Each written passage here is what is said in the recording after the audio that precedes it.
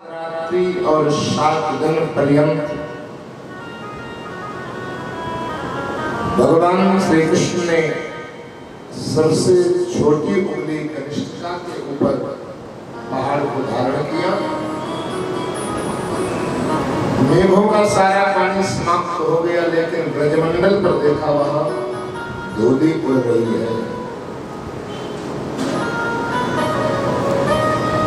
कुछ लोगों ने निवेदन किया, महाराज जी इतना पानी सारा कहाँ गया? पुराणांतर्गत कथाएं मिलती हैं, बलराम जी महाराज शेषा अवतार है, चारों तरफ बांध बन करके बैठ गए, इसलिए बाहर का पानी अंदर नहीं आता। और भगवान विष्णु चक्र घर चलाना प्रारंभ कर दिए, तो कुछ हवा की वेग के कारण पानी सूख गए। और कहीं कहीं कथा मिलती है कि त्रेता में महात्मा अगस्त्य प्यासे रह रहे थे, भगवान ने वचन दिया था, प्रभु श्री राम ने आगामी द्वापर युग आएगा,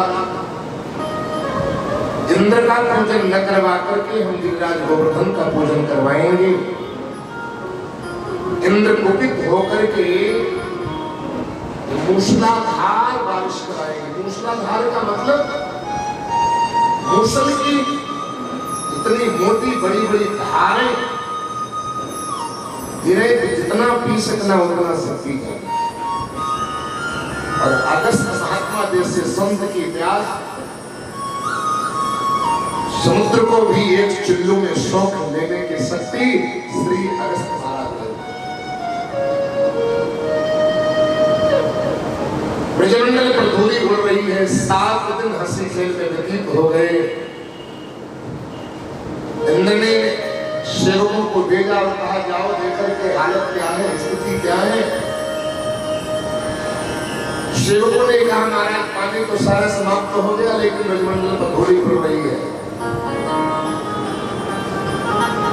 तब इंद्र जो है समझ गए कि भगवान कृष्ण साधारण कोई ग्वाला नहीं है, साक्षात नारायण है, साक्षात ब्रह्म है। कर्तुम अकर्तुम अन्यथा कर्तुम सर्व शक्तिवान सर्व सामर्थ्यवान पर ब्रह्म नारायण साक्षात गोपियों को और ऋषिकों को बाल रूप में अवतार लेकर के आनंद प्रदान करने के लिए। जब 5 दिन हो गया, भगवान ने कृष्ण को सबसे छोटी उंगली कनिष्ठिका के ऊपर धारण किए हुए, तो माता यशोदा से नहीं रहा गया, आवाज लगाने लगी, अरे ग्वाल वालों जाओ, मेरे कन्हैया को थोड़ा सहारा तो दे। क्योंकि जहां प्रेम ज्यादा होता है वहां अनिष्ट की आशंका बनी रहती है। आपका बेटा दिल्ली जा रहा है, और जब तक आप दिल्ली नहीं पहुंच जाएगा तब तक आप कई बार पूछोगे, बेटा पहुंचे कहां पहुंचे कहां पहुंचे, और मन में यही लगन लगी रहेगी कि कारण सुव्यवस्थित लक्ष्य की प्राप्ति हो जाए। माता यशोदा से बढ़कर के दुनिया में कोई किसी से बहुत प्रेम करती, बहुत इष्ट है, बहुत वात्सल्य करती। आवाज लगाने लगी तो बाल बाल तो आपस में विचार कर रहे हैं, लेकिन राधा रानी से नहीं रहा गया। राधा रानी दौड़ करके जाने लगी और भगवान के हाथ में हाथ मिला दिया। जैसे भगवान के हाथ में हाथ लगाया, गोविंद को थोड़ा हंसी आई, और जैसे ही हंसी आई है, 7 कोष का पहाड़ डगडग हिलने लगा। सारे बाल अरे कन्हैया बचाओ बचाओ बचाओ बचाओ।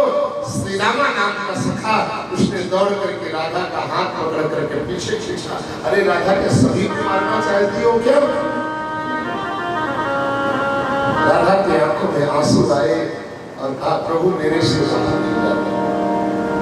अच्छा भगवान को हंसी तो भगवान को हंसी इसलिए आई, भगवान ने सोचा इतने दुनिया में सबसे बड़ा रोग क्या क्या कहेंगे लोग।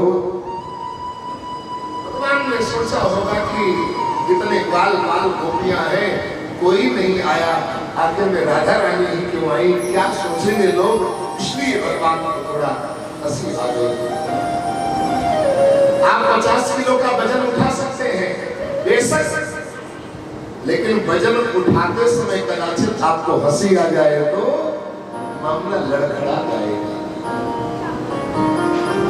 इसलिए जो है भगवान को, और राधा रानी से रहा नहीं गया। राधा कोई स्त्री नहीं है, बल्कि राधा साक्षात भगवान की जो आह्लादनी शक्ति है वही तो साक्षात राधा। शंकर जी, ब्रह्मा जी, नारद जी, इंद्र जी, सारे देवता, वरुण, कुबेर, सारे ऋषि मुनि सब एक बार गए कहां, ध्यान से सुनना, भगवान विष्णु के पास में, और भगवान विष्णु से हाथ जोड़ करके निवेदन किया कि प्रभु मैं आपकी निज शक्ति का दर्शन करना चाहता हूं। आपकी शक्ति क्या है, आपका तेज क्या है, आपका बल क्या है, आपका ओज क्या है, और वास्तविक में आप जो प्रलय और पालन संहार करते हैं ये किसकी शक्ति से करते हैं, वो शक्ति कौन है, उसका मैं दर्शन करना चाहता हूं। भगवान विष्णु ने कहा मेरी शक्ति का दर्शन करना चाहते, बोले हाँ। भगवान ने सारे ध्यान से सुनना, राधा क्या है, भगवान ने सारे देवताओं से कहा एक सेकंड के लिए अपनी आंखें बंद करो। सारे देवताओं ने एक सेकंड के लिए अपनी आंखें बंद करी, और उतनी ही देर में एक सुंदर दिव्य स्वरूप सुंदरी स्त्री देवताओं के सम्मुख खड़ी हुई है। भगवान के अंदर से ओज जैसा निकला है, एक बिजली जैसी चमकी और चमक करके निकल करके बाहर आई, स्त्री जैसी सामने देखा। तो देवताओं ने, विष्णु ने पूछा महाराज जी क्या है, बोले ये हमारी शक्ति है, ये हमारी ताकत है, ये हमारा ओज है, ये हमारा तेज है, प्रलय पालन संहार रचना जो भी करता हूं इसी की शक्ति से करता हूं। तो ये सामने खड़ी है। देवताओं ने कहा महाराज इसका नाम क्या है, भगवान विष्णु ने कहा इसका नाम है राधा, इसका नाम है राधा। बोली राधा रानी सरकार ऐसे राधा रानी के बिना भगवान कहते हैं सदा सदा के लिए आधा घंटा, और हमारा वास्तविक प्रेम हो तो राधा कृष्ण से समझे। प्रेम में समर्पण होता है, प्रेम में त्याग होता है, प्रेम में बलिदान होता है, प्रेम में न्यौछावर करना पड़ता है, जीवन दान करना, अपना सुख, अपनी नींद, अपनी आराम सब कुछ होना पड़ता है, उसे प्रेम कहते हैं। प्रेम जो साक्षात परमात्मा की प्रतिमूर्ति है, और भगवान कृष्ण साक्षात प्रेम की ही मूर्ति है। ऐसा कौन है जो प्रेम को नहीं चाहता? ऐसे कृष्ण प्रेम की मूर्ति है जिसके लिए सब एक न्यौछावर बलिदान हो जाने के लिए तैयार हो जाते हैं। एक बार कुछ गोपियों ने पूछा कृष्ण से कि स्वामी एक बात बताओ, जितना तुम राधा रानी को प्रेम करते हो उतना हमें प्रेम क्यों नहीं करते? क्या मेरे अंदर कमी है कोई? मैं सुंदर नहीं हूँ? बोले नहीं, ऐसा आखिर में कारण क्या है? भगवान ने कहा कभी मौका मिलेगा तो मैं बताऊंगा। उस समय होने के बाद में भगवान गोविंद एक बार बैठे हुए हैं, सारी गोपियां बैठी हुई है, राधा रानी उस सभा में बैठे हुए हैं। भगवान थोड़ा मायूस, भगवान थोड़ा शांत चित्त होकर के बैठ गए, मुख लटका करके। अब भगवान का उदास होना ये सभी गोपियों के खलबली का कारण बन गया। एकदम अरे स्वामी मैं घबरा रही हूँ, बहुत परेशान हो रही हूँ, आखिर में कारण क्या है? आप क्यों उदास हैं, क्यों चिंतित हैं, क्यों दुखी, कारण क्या है? भगवान ने कहा कुछ नहीं, थोड़ा सिर दर्द हो रहा है। सिर दर्द हो रहा है? बोले हाँ। कैसे सही होगा? भगवान ने कहा तुम इतनी गोपियां बैठी हो, इन गोपियों में से कोई एक गोपी अपने चरण की रज धूली निकाल करके यदि हमारे सिर में लगा दे तो हमारा सिर दर्द बंद हो जाएगा। यही हमारी सबसे बड़ी दवा है, यही औषधि। सारी गोपियों ने अपना अपना मुंह फेर लिया। अरे बोले राम राम, ऐसा कभी हो सकता है? आप हमारे स्वामी हो, मैं तो आपकी दासी हूँ, सेविका हूँ, मैं अपने चरणों की धूली आपके मस्तक पे, ऐसा कभी नहीं हो सकता। उसी सभा में राधा रानी बैठी हुई थी, राधा रानी से नहीं रहा गया। राधा रानी ने अपने चरण के धूली निकाली और धूली को निकाल करके गोविंद के मस्तक में जैसे ही लगाना चाहा, सारी गोपियों ने मिलकर के राधा रानी का हाथ पकड़ करके पीछे खींच लिया। अरे राधे तुम्हें क्या हो गया है? हम लोगों का स्वामी है, तुम्हारा भी स्वामी, अब अपने चरण की धूली अपने स्वामी के मस्तक पे लगाओगी, क्या तुम्हें नरक नहीं मिलेगा? राधा रानी के आंखों में आंसू आए।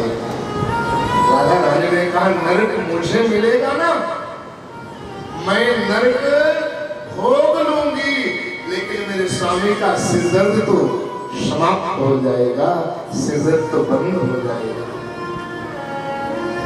इसे कहते हैं असली प्रेम, असली समर्पण, असली त्याग, असली बलिदान। भगवान ने कहा गोपियों आपको उत्तर मिल गया? बोले क्या मतलब? भगवान ने कहा कभी कभी तुम पूछती थी कि जितना राधा रानी को प्रेम करते हो इतना हमें नहीं करते हो, आखिर में इसका कारण क्या है? तुम लोग अपना सुख देखती हो, अपना स्वर्ग नरक देखती हो, अपनी आराम देखती हो, लेकिन राधा वो मेरी शक्ति है, राधा वो मेरी ताकत है, मेरे आगे अपना सुख नहीं देखती, स्वर्ग नरक नहीं देखती। लिखा है प्रेमी को प्रेमास्पद के प्रति तत् सुखे सुखित्वम और तत् दुखे दुखित्वम।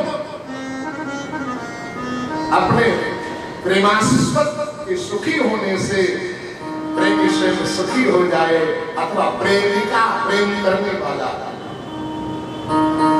और दुख में दुखी हो जाए, ये असली प्रेम का लक्षण है, प्रेम की पहचान है। त्याग समर्पण। आजकल कहीं कहीं प्रेम प्रेम शांत। प्रेम 3 प्रकार का होता है, एक होता है प्रेम और एक होता है प्रीति और एक होता है प्यार, जिसमें त्याग समर्पण बलिदान हो, विशुद्ध प्रेम हो, प्रेम के बदले कभी कुछ उससे चाहा न जाए, वो है सच्चा प्रेम। और प्रीति उसे कहते हैं जिसमें कुछ स्वार्थ हो। सुर नर मुनि सब कया रीति, स्वार्थ भावी करे सब प्रीति। जहाँ स्वार्थ हो उसको प्रीति कहा जाता है। और प्यार आहा, जहाँ वासनाओं की बदबू आ रही हो, जहाँ उलझन बाद में परिणाम मिले, टेंशन तनाव जो बाद में उसका परिणाम मिले उसको प्यार कहा जाता है। वैसे है ये एक दूसरे के पर्यायवाची, लेकिन कुछ लोगों ने प्यार को इतना गंदा कर दिया है। आजकल के माहौल में भाई अपनी बहन से नहीं कह सकता कि मैं तुमको बहुत प्यार करता हूं, बेटा अपनी मां से नहीं कह सकता कि बहुत प्यार। इतना कुछ लोगों ने प्यार को गंदा कर दिया है। प्यार प्रेम प्रीति पर्यायवाची है, लेकिन शब्द कहां पर कौन सा प्रयोग होना चाहिए ये भावना से पता चलता है। शब्दों से भावना का पता चल जाता है। प्रेम में समर्पण प्यार नहीं, आजकल का प्यार नहीं। एक लड़की को एक लड़की से प्रेम हो गया, यहाँ तक नौबत आ गई कि कोर्ट मैरिज कर लिया जाएगा। उसने कहा ठीक है, कोर्ट मैरिज करने के लिए गए। कोर्ट जज के सामने तो वहां कुछ उसने पूछ दिया तो उसका उत्तर नहीं दे पाए। लड़की उनको वहां से विदा कर दिया, जाओ वापस जाइए। तो कोर्ट के सीढ़ी पर बैठे बैठे रो रहे थे। तो एक मित्र ने पूछा क्यों रो रहे हो, कितना इतना दुखी क्यों हो, उदास क्यों हो, रो क्यों रहे हो? भैया क्या बताऊं, प्रेम हो गया था उस लड़के से, कोर्ट मैरिज करने जा रहा था। अरे बोले हो क्या गया? बोले मैं इकट्ठा हो गया कोर्ट में, और कोर्ट के सामने में, जज के सामने कोर्ट में पूछ दिया कि तुम्हारे नाम थोड़ी बहुत खेती वेती है कि नहीं है? अब खेती थी नहीं तो मैं झूठ कैसे बता देता? मैंने कहा मेरे नाम तो नहीं है, लेकिन मैं चाचा के पास रहता हूँ।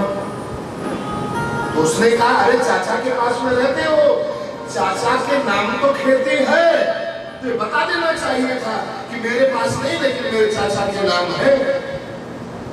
उसने कहा वही बताया तभी तो सब गड़बड़ हो गया। क्या गड़बड़ हो गया? मैंने जज के सामने बता दिया मेरे नाम नहीं है, चाचा के नाम है। उसने किया क्या? मेरे साथ न कोर्ट मैरिज करके मेरे चाचा के साथ में कर दिया। उन्होंने सब गड़बड़ कर दिया। ऐसा भी कोई प्रेम, ये प्रेम की कोई परिभाषा, कोई स्वार्थ न हो, जहां कोई लोभ न हो, लालच न हो। ऐसा तो बिरला ही प्रेम कर सकता है कोई। कौन? या तो माता पिता, और या तो गुरु, और या तो लक्ष्मण जैसी बहन हो कोई, या हमारी पुष्पा जैसी बहन हो। बहन भी प्रेम कर सकती है इतना। ऐसा माता जैसा दुलार भी करती है बहन, और पिता जैसी प्रताड़ना भी करती है कभी कभी बहन, और भाई जैसा साथ भी देती है बहन, और सखा जैसी सलाह भी देती है बहन, मित्र का जैसा साथ भी निभाती है। ऐसे रक्षाबंधन के पावन पर्व पर बहनों को मेरा प्रणाम है। दुनिया की बहन तो सब लूटने वाली मिलती है, धन्य है हमारी तो बहनें ऐसी है जो लुटाने वाली मिलती, लूटने वाली नहीं। बहुत बहुत ऐसी बहन है आराम से रोज मिले, क्या दिक्कत है। हमारी पुष्पा बहन नई बहन कल बनी है, बढ़िया सा रक्षाबंधन और आनंद के साथ में बहुत बहुत शुभकामनाएं। आदर भाव का संबंध से ही आदर का भाव बनता है, प्रेम का भाव बनता है। ऐसे जब तक व्यक्ति भगवान के साथ में कोई संबंध नहीं बना, जैसे इंसान के साथ में संबंध बनने के बाद में लगाव होता है, ऐसे भगवान के साथ में संबंध बनने के बाद में ही प्रेम होता है, बाद में ही लगाव होता है। आपका जब तक संबंध नहीं बना है तब तक आप भले ही गांव में रहते हैं, कई लड़के गांव में रहते रोज मिलते हैं, लेकिन लगाव प्रेम नहीं होता। लेकिन जो संबंध बन जाता है तो उनके बिना रह नहीं पाते, प्रगाढ़ प्रेम हो जाता है। ऐसे ही भले खटखटवासी परमात्मा है, लेकिन हमें उसकी याद तभी आएगी, मिलने की चाह तभी हमारे अंदर जागृत होगी जब हमारा उसका कोई न कोई संबंध बन जाएगा। भगवान के साथ में संबंध अवश्य कोई न कोई बनाना चाहिए। माता का, पिता का, भाई का, सखा का, स्वामी का। भगवान कृष्ण माता भी बन जाते हैं, पिता भी। तुम्हें माता च पिता तुम्हें, बंधु भी बन जाते हैं, तुम्हें बंधु। सखा साथी भी बन जाते हैं, सखा वो गुरु भी बन जाते हैं। हम तो कहते भगवान कृष्ण जैसा है।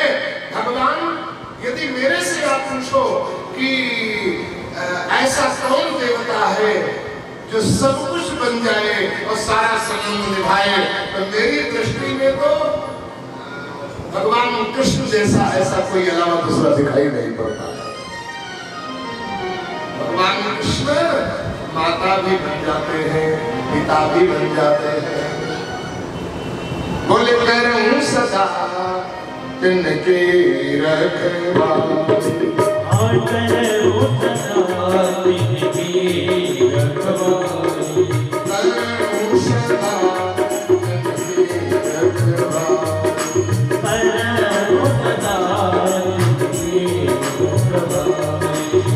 जिन्हें बालक राखे